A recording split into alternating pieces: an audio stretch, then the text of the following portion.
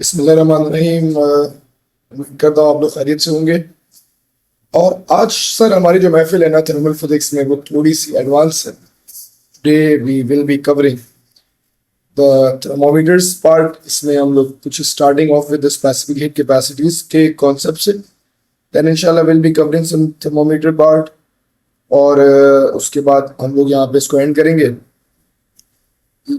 इसके बाद जो लेक्चर है that's going to be the first law of thermodynamics और वर्किंग ऑन गैसेस के कॉन्सेप्ट पे, एंड इंशाल्लाह we will be done by the chapter in a couple of classes after this. तो ऐसा जिस चैप्टर में अब कुछ बहुत ज़्यादा वर्किंग नहीं बची हुई,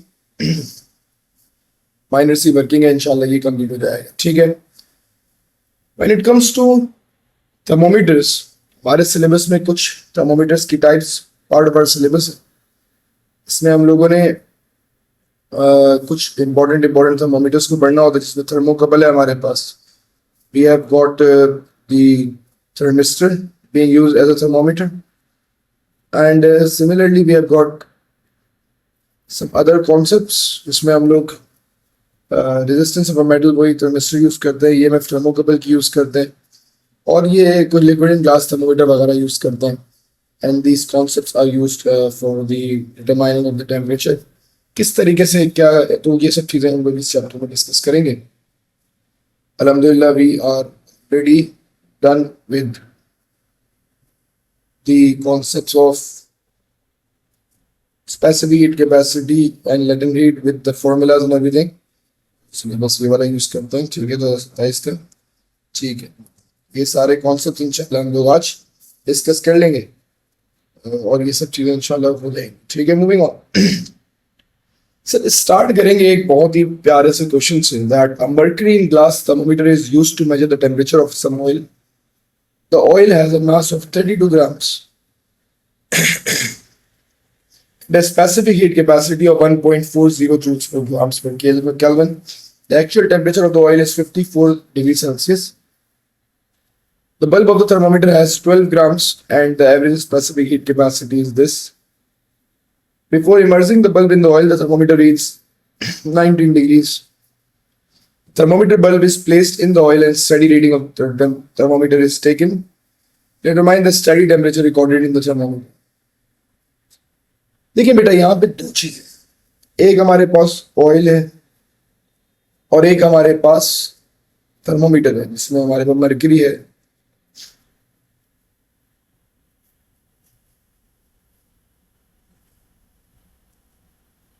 ऑयल की स्पेसिफिक हीट कैपेसिटी 1.4 है। ऑयल का मास 32 ग्राम्स है। ऑयल का इनिशियल टेम्परेचर 54 है। अब हम ये बात जानते ही नहीं है कि सर अगर मैं किसी चीज का टेम्परेचर मालूम करना चाहूं, एक ऑयल है जिसका टेम्परेचर 54 है, मैं थर्मोमीटर डालूंगा तो आप बोलेंगे सर बिल्कुल जैसे ही डालेंगे वो 54 डिग्री शो करेगा। ऐसा नहीं होगा। क्यों नहीं होगा बेटा? कि जब आप वो 54 डिग्री के ऑयल के अंदर थर्मोमीटर डालेंगे तो उस थर्मोमीटर को रीडिंग गेन करने के लिए उस ऑयल में से कुछ हीट एब्सॉर्ब करनी पड़ेगी, क्योंकि थर्मोमीटर इटसेल्फ तो एक ठंडा ऑब्जेक्ट है ना। जब मैं उसको किसी हॉट ऑब्जेक्ट में डालूंगा तो थर्मोमीटर उसमें से हीट निकालेगा, जिसकी वजह से ओवरऑल ऑयल का जो टेम्परेचर है वो 54 हमें नहीं पता चलेगा, वो खुद ही रिड्यूस हो जाएगा। तो जब रिड्यूस्ड टेम्परेचर हमें आएगा, जो स्टडी रीडिंग थर्मोमीटर की आएगी, वो फाइनल टेम्परेचर होगा ऑयल। इस बात को समझना बड़ा जरूरी है। दैट लेट्स से अभी मैं दोनों पहले डेटा बना दूं। बल्ब की स्पेसिफिक हीट कैपेसिटी 0.180 हो गई।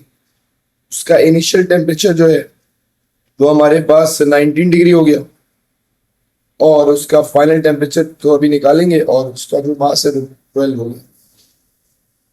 आप इस बात को समझें कि स्पेसिफिक हीट कैपेसिटी का फॉर्मूला था E is equals to MC delta T। अगर एक ऑयल के अंदर मैं थर्मोमीटर को प्लेस करता हूं तो जो एनर्जी ऑयल थर्मोमीटर को देगा, जो एनर्जी ऑयल थर्मोमीटर को देगा वही एनर्जी थर्मोमीटर ऑयल से लेगा। तो इसका टेम्परेचर गेन की वजह, थर्मोमीटर की टेम्परेचर गेन की वजह और ऑयल के टेम्परेचर लॉस की वजह की जो एनर्जी है वो दोनों के लिए सेम, एक में गेन हो रही है एक में लॉस हो, ठीक है। फिर अगर मैं कहता हूं कि सर मेरा जो थर्मोमीटर है उसका इनिशियल टेम्परेचर 19 है, तो जो इसका चेंज इन टेम्परेचर आएगा वो आएगा फाइनल टेम्परेचर -19, क्योंकि ऑयल में डलते ही ये वो टेम्परेचर बताएगा जो ऑयल का टेम्परेचर होगा। और जो ऑयल है उसका जो चेंज इन टेम्परेचर है वो होगा 54, जो कि इनिशियल था, माइनस एनर्जी लॉस करने के बाद कुछ चेंज इन टेम्परेचर। तो थर्मोमीटर जिस टेम्परेचर पे पहुंचेगा और ऑयल जिस टेम्परेचर पे पहुंच जाएगा, दोनों same.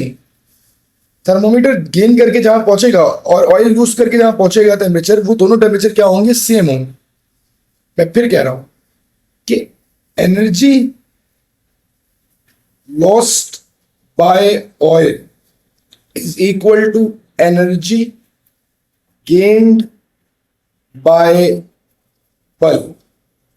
E is equals to mc delta t is equals to mc delta t, दोनों की एनर्जी सेम है, keeping in mind there is no energy loss, ठीक है। ऑयल की बात करें तो ऑयल का मास 32 था, उसकी स्पेसिफिक हीट कैपेसिटी 1.4 है, और टेम्परेचर का change 54 minus the unknown temperature जहां वो ऑयल पहुंचता है इज इक्वल्स टू बल्ब का मास 12 है, उसका चेंज इन टेम्परेचर पहले स्पेसिफिक हीट कैपेसिटी 0.18 है, और उसका चेंज इन टेम्परेचर होगा जहां पे बल्ब का टेम्परेचर पहुंचेगा तो रीडिंग होगी -19 से इसने शुरू किया। तो आप इस बात को समझ लें दैट कैलकुलेटर में बात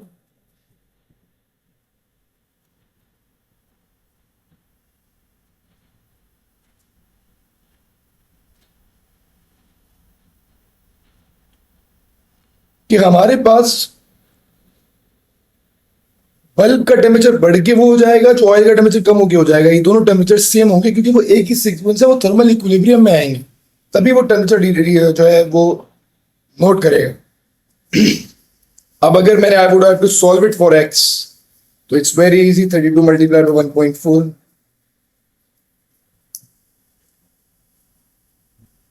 44.8 4 minus x is equals to 9.6 x minus 19.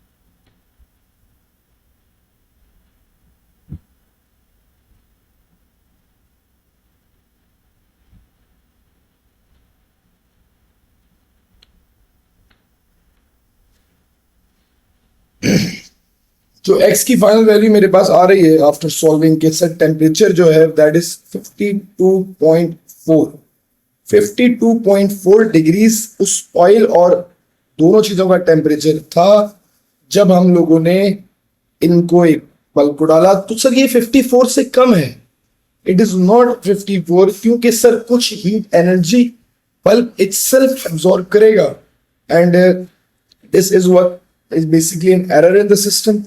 The actual temperature of the oil was 54, but the thermometer recorded 52. Why? As bulb gains heat from the oil,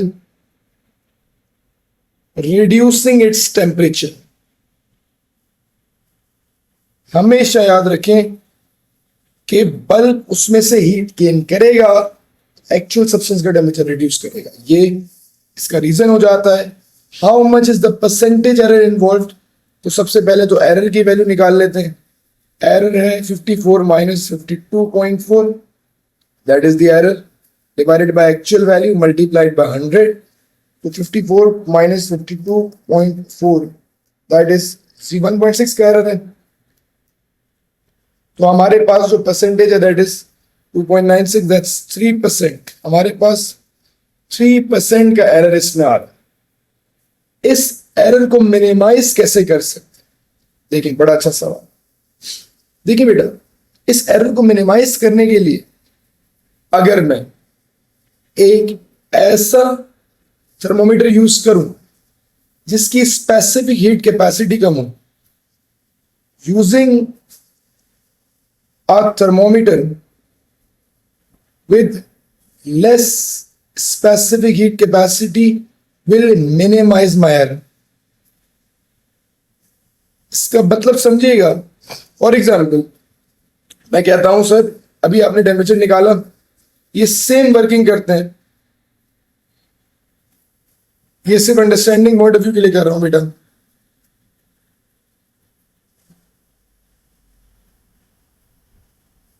is equals to 12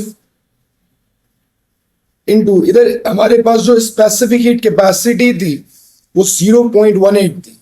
now what I am using is 0.04 ले लेता हूं, reduce करता हूं उसकी specific heat capacity, 0.04 use करता हूं and then change in temperature अभी दोबारा निकाल लेता हूं. तो आप जब इसको निकालेंगे यू वुड रियलाइज कि जो आपका आंसर आएगा, करके देखिएगा, this answer would be bigger. 52.4 के मुकाबले में ये कुछ बिगर वैल्यू होगी. लेट्स से समवेयर अराउंड इसकी वैल्यू 53 समथिंग आ रही होगी. तो इस वजह से हम इस एरर को रिड्यूस कर सकते हैं. कि आप लोगों का वर्क है, पॉज करें वीडियो को, जरा एक्स की वैल्यू निकालें, आप इस बात को रियलाइज करेंगे कि once the specific heat capacity, ऐसा बल्ब, इस मटेरियल का बल्ब यूज किया जाए जिसकी स्पेसिफिक हीट कैपेसिटी कम है, तो हमारा एरर जो है इट रिड्यूसेस. तो ये बिल्कुल परफेक्ट तरीके पर, ठीक है. अब हमारे पास ऑन दैट नोट ये जो फर्स्ट कैलकुलेशन है ये एंड होती है. अब हम बात करेंगे सर थर्मोमीटर की, उनकी टाइप्स की, और उनमें कुछ कैलकुलेशंस किस तरीके से की जाती हैं, इन सब चीज़ों की हम बात करेंगे. And will end our lecture after this whole topic. Let's start.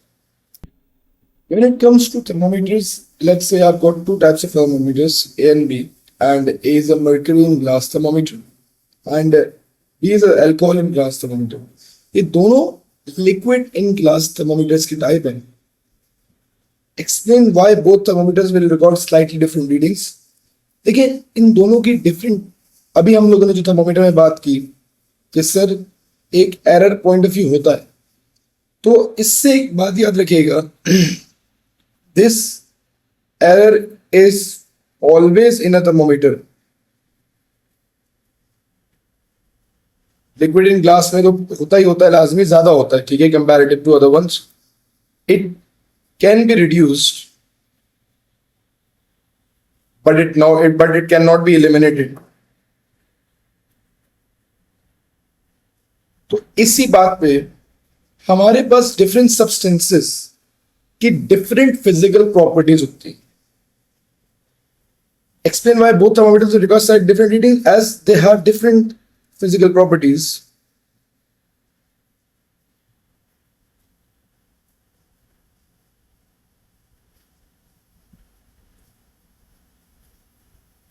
क्योंकि इनकी डिफरेंट फिजिकल प्रॉपर्टीज हैं, first of all. Second, and different specific heat capacity values. तो इसकी वजह से ये रीडिंग स्लाइटली डिफरेंट देते हैं. कोई ज्यादा हीट एब्जॉर्ब करके देता है, तो कोई थोड़ी कम हीट एब्जॉर्ब करके देता है. तो फिजिकल प्रॉपर्टी वैरी करने की वजह से हमारे पास रीडिंग में एक स्लाइड चेंज आ जाता है. अब यार हमारे पास एक कॉन्सेप्ट है लिक्विड इन ग्लास थर्मोमीटर का, जिसमें हम लोग एक सर्टेन कैलकुलेशन करते हैं. ये एक बहुत ही बेसिक सा कॉन्सेप्ट एक जमाने में ओलेबल्स में था. 2023 के बाद से ये नहीं है. 2023 नहीं, सॉरी, इससे थोड़ा सा पहले से ये नहीं है. ये थर्मोमीटर की रीडिंग्स और ये स्केल्स अब सिलेबस में नहीं रहे, पर एक जमाने में हम लोग ये चीजें अपने उसमें पढ़ते हैं ओलेबल्स में. खैर, एक लिक्विड इन ग्लास थर्मोमीटर के अंदर we have got a steam point 100 degree का for example, we have got a ice point 0 degree Celsius का, and we have this formula that is इससे जो भी लेंथ है अननोन टेम्परेचर की minus the length of 0 degree Celsius divided by length of 100 degree Celsius minus length of 0 degree is equal multiply by 100 degree Celsius will give you the temperature. क्या बोला मैंने? Sir for example मेरे पास बोला गया एक thermometer है, उसका temperature मुझे नहीं पता, बट मुझे ये पता है कि सर उसकी जो अननोन लेंथ है जिस टेम्परेचर पे वो 23 है, और जो उसकी आइस पॉइंट की लेंथ है दैट इज 5 सेंटीमीटर, जो उसकी स्टीम पॉइंट की लेंथ है 100 डिग्री की लेंथ है that is let's suppose 60 centimetre, और जो अगेन उसकी आइस पॉइंट की लेंथ है दैट इज 5। अगर मैं ये सारी वैल्यूज कैलकुलेट करता हूँ तो मेरे पास उस लेंथ पे अननोन टेम्परेचर बहुत आराम से आ जाएगा। And this formula is only use at an assumption that के scale is linear scale, scale बिल्कुल हर डिग्री के लिए बराबर बराबर रीडिंग्स को बढ़ाता है, अदरवाइज ये फॉर्मूला हम लोग यूज नहीं कर सकते। ये इस बात पे अज्यूम्ड है that it is a linear scale. Other than that liquid in glass thermometer में कोई ऐसा सच कोई बहुत ज्यादा चीजें नहीं है, ये थोड़ी बहुत प्रॉपर्टीज थी जो हम लोगों ने डिस्कस कर ली and that's pretty much it. अब एक और थर्मोमीटर हम लोगों ने डिस्कस करना है that comes under the heading of thermocouple thermometer. देखिए बेटा, थर्मोकपल थर्मोमीटर एक ऐसा थर्मोमीटर होता है जिसमें हम लोग इलेक्ट्रॉन्स के फ्लो की वजह से टेम्परेचर को निकालते हैं। इसका प्रोसीजर समझते हैं one by one. Flow of electron takes place from the region of higher temperature to the region of lower temperature. This movement of electrons is recorded by the voltmeter. By using calibration graphs provided by the manufacturer, the unknown temperature can be worked out. कुछ situation में किस तरह temperature निकालना है वो हम कुछ password में भी डिस्कस करेंगे। मीनवाइल थर्मोकपल में हो रहा क्या होता है, आप एक आइस ले लेते हैं, एक कोल्ड जंक्शन में आइस ले लेते हैं, ठीक है, एक हॉट जंक्शन में वो चीज डाल देते हैं जिसका टेम्परेचर आपने निकालना होता है, ठीक है, और because of difference in temperature हमारे पास हीट ट्रेवल करती है from region of higher temperature to region of lower temperature, जिसकी वजह से इलेक्ट्रॉन्स मूव करते हैं and the readings are recorded in the voltmeter and because of that reading हम लोग टेम्परेचर निकाल लेते हैं। दोबारा बात करते हैं सर कि ये वाला फॉर्मूला जो है थर्मोकपल में भी इस्तेमाल हो सकता है। सेम बातें हैं that VQ is the unknown voltage, unknown voltage का मतलब है कि जो वोल्टेज है ना VQ, मतलब वो हमें ये नहीं पता कि उस पे फॉर एग्जांपल लाइक वो किस टेम्परेचर पे, ठीक है, दैट्स वाई इसको अननोन वोल्टेज क्या है। वोल्टेज की वैल्यू पता होगी बट वो क्या टेम्परेचर है वो टेम्परेचर अभी नहीं पता होगा। Voltage at 0 degree Celsius VO होता है, voltage at 0 degree Celsius, voltage at 100 degree Celsius, जब भी 100 डिग्री सेल्सियस टेम्परेचर डिफरेंस होगा तो उसमें क्या होगा, और अगेन VO तो हमारे पास है। तो ये सेम फॉर्मूला है that can also be used when it comes to a linear thermocouple, ठीक है। अगेन इसकी वर्किंग भी एज सच पासवर्ड में बहुत ज्यादा नहीं आती, तो इसमें बहुत कंफ्यूज होने की रिक्वायरमेंट नहीं है, ठीक है। कुछ बातें और है सर कि थर्मोकपल में किस किस तरीके से क्या एडवांटेजेस हैं। इसकी रेंज बहुत ज्यादा होती है, बहुत ज्यादा रेंज के लिए यूज कर सकते हैं, ठीक है। Metals used to make thermocouple have a very low specific heat capacity, तो इसके errors भी बहुत कम होते हैं। With that, temperature जो है localized region में specific region के लिए यूज हो सकता है, ठीक है, बहुत ठंडे इलाकों के लिए यूज हो सकता है जहाँ पे हमारे पास normal liquid glass thermometer work ना करें। आगे बढ़ते हैं।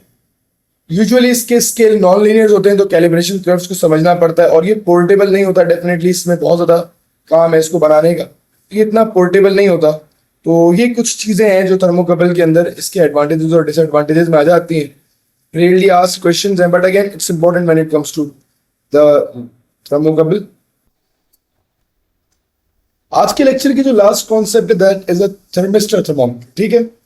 थर्मिस्टर एक डिवाइस होता है जिसका टेम्परेचर डिपेंडेंट रेजिस्टर होता है। आपको पता है टेम्परेचर बढ़ाते हैं तो इसकी रेजिस्टेंस कम हो जाती है, और इसकी मदद से भी हम लोग टेम्परेचर निकाल सकते हैं। ठीक है, इसकी वर्किंग बड़ी इंटरेस्टिंग है। हम क्या करते हैं, एक थर्मिस्टर को किसी भी अननोन टेम्परेचर वाले लिक्विड में रखते हैं, उसके साथ हम लोग एक वोल्ट मीटर और एमीटर कनेक्ट कर देते हैं, एंड इस वोल्ट मीटर एमीटर को कनेक्ट करने के बाद हम लोग इस सर्किट को स्विच ऑन कर देते हैं। जब सर्किट स्विच ऑन करते हैं तो अगर इसका टेम्परेचर ज़्यादा हो जाता है तो ऑटोमेटिकली इसकी रेजिस्टेंस कम हो जाती है, इसका टेम्परेचर कम हो जाता है तो इसकी रेजिस्टेंस ज़्यादा हो जाती है। डिपेंडिंग अपॉन द सिचुएशन वो रेजिस्टेंस वेरी करती है। और उसके बाद हमें मैन्युफैक्चरर कुछ कैलिब्रेशन ग्राफ्स देता है कि सर इस सर्टेन रेजिस्टेंस पे क्या जो है टेम्परेचर है, उस सर्टेन रेजिस्टेंस पे क्या टेम्परेचर है। तो थर्मिस्टर की वर्किंग बहुत सिंपल है, बहुत ईजी है। लेट्स सपोज आपने अननोन लिक्विड में डाला और आपके पास जो वोल्टेज की रीडिंग आ गई that is let's say 5 volts, और आपके पास करंट की रीडिंग आ गई that is let's say 20 milli amperes. ठीक है, ये रीडिंग आप लोगों के पास आ गई। आपने कहा कि सर इस सर्टेन टेम्परेचर पे जो मेरा थर्मिस्टर है वो 5 वोल्ट वोल्टेज कंज्यूम कर रहा था with a current flowing in the circuit that was about 20 milli amperes. आपने कहा सर रेजिस्टेंस का फॉर्मूला याद होना चाहिए, that is voltage over current. आपने कहा सर वोल्टेज 5 है, करंट हमारे पास 20 मिली एम्प्स है, आपके पास रेजिस्टेंस आ गई दैट इज 250। सर अब आप जाएंगे ग्राफ्स पे जो मैन्युफैक्चरर ने पहले से दिए होंगे कि सर ये 250 एम्प्स पे क्या रेजिस्टेंस आ रही है, सॉरी 250 रेजिस्टेंस पे क्या टेम्परेचर आ रहा है। तो आप रियलाइज करेंगे सर कि अब कोई भी ग्राफ जो भी एग्जामिनर ने दिया हो या मैन्युफैक्चरर ने दिया हो, 250 ओम्स पे the resistance value that I am getting is 20 degree Celsius. इसका मतलब है सर कि हमारा जो टेम्परेचर होगा वो 20 डिग्री सेल्सियस होता है। अच्छा बेटा, अब अगर वो बोलता है हमें एग्जाम में कि सर हमारे पास इसमें एरर कितना, तो ये बड़ी इंटरेस्टिंग बात है।